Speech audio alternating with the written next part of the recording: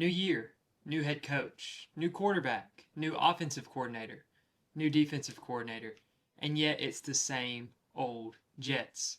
Starting out the season 0-7, they are the only team without a win in the entire NFL.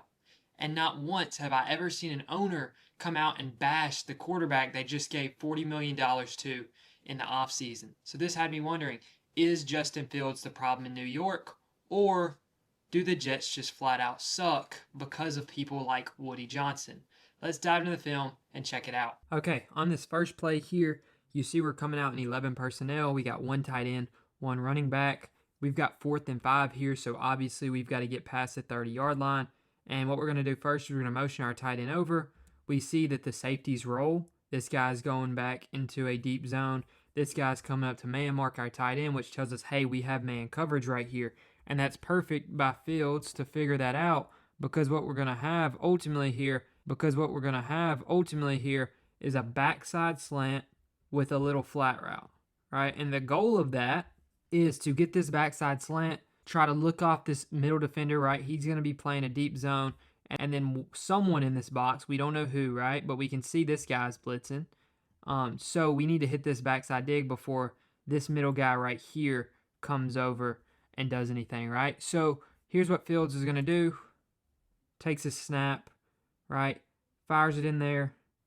There's a throwing lane right there. But if you see Fields, here's kind of my problem with this play. Why do we not do 3-step drops anymore? Why are we not getting boom, boom, boom? But instead, we take this like quick little one-hitch drop that we're teaching nowadays to these quarterbacks. But the problem with that is if your offensive linemen get pushed back, they're in your lap, ball gets tipped, you throw an incomplete pass, right? Let's let it roll through one more time. And it's not even your fault. This should be an easy first down pickup here. But what happens is we do this, what I think is garbage footwork, honestly. I know we're trying to sync up our footwork with the slant, but you could get to a 3-step to ensure that this ball isn't getting batted there. But unfortunately, it does. Okay, on this next play right here, once again, we're going to motion our guy. That's going to tell us, hey, is this man or zone coverage? We motion down. And what I wish Fields would understand here, or at least look up and see here, is, hey, they're blitzing off this edge. That means we have 2 receivers on this outside. What we're going to be running right here is an RPO.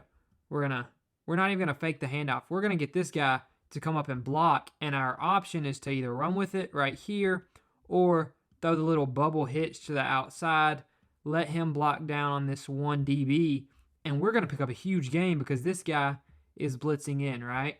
But what we do here, and I don't know if this is just terrible by Fields, if this wasn't really an RPO, if it was a fake, but that's hard to believe. Watch this. He stares him down, realizes, hey, I've got this guy right here to block him. We're picking up at least 20, 25 yards here, right? Fields pumps it and takes off to run and takes a sack. So you can see what Woody Johnson is kind of meaning about Justin Fields not playing good football at all right now. But also, it doesn't look like he's being coached very well. I know it's easy to make that coach's excuse, but watch this. Just like, what are we doing? We're staring at someone open. I get the idea of this play, right? What we want to do is we want to down block 95, and we want to open up this backside running lane for a QB draw. But Fields, if they blitz down with 7 and you see there's only one corner on the outside, make that throw. Let's pick up a huge gain. Okay, next up on this play, we're going to motion over again. Going to run a fake boot. And what I want you to look at here is who's open. We've got our running back in the flat, covered. Tight end out here in the flat, going to be covered by the time that ball would make it to him. Right here up top, we've got 2 DBs. We've got 4 guys surrounding Garrett. My question is, how do you block this many people and still have a free rusher almost because this guy gets laid out? And how do you send 1, 2, 3, 4 guys on routes and all of them are perfectly covered, right? So this is a situation where, yeah, Fields can throw a ball that gives this guy a chance, but nothing's open, right? You can't blame your quarterback if nothing is open. And I felt like that was a decent play call. Honestly, it just really seemed like the Panthers had their number on that play, right? The guys on defense get paid too. That's what you really have to say about that. Here we're going to see we're coming out in 2 deep safeties as the Panthers. Looks like we're getting man coverage right here with that motion. Justin takes a snap. And I want you to watch 7 right here. I'm going to skip it back. Watch him perfectly time up this snap count. Creeps in, boom, makes a play on Justin. But I actually take fault at Justin Fields here. You motion this guy over, right? You know, we're getting man coverage. That means that I need to have a hot read just in case they blitz me. But it also means something else. As the quarterback, I need to be counting how many guys are in the box. 1, 2, 3, 4, 5, 6. How many guys do I have to block? 1, 2, 3, 4, 5. So we need to be looking at 7. As soon as we call hut, we look at 7 and we say, hey, am I getting blitzed? If I am, I'm getting it to my hot read quick, which would be 85. But I don't just want to blame Justin Fields here, because even if he did look to 85, watch this. Get your head around. You see your guy blitz the quarterback, get your head around. Now, you see your guy blitz the quarterback, get your head around. Now, is Justin looking at him? No, he's looking at the running back in the flat for some reason. But what you ultimately see here is this guy's not being coached that when there's a blitz, you got to get that head around quick. And Justin isn't doing a great job pre-snap of recognizing this is the only guy who could even possibly be blitzing. So I need to look at him. Doesn't even look at him, instantly looks away. Just not good football here by Justin Fields. So you, like I said, you understand what Woody Johnson is saying. Okay, here on this next play.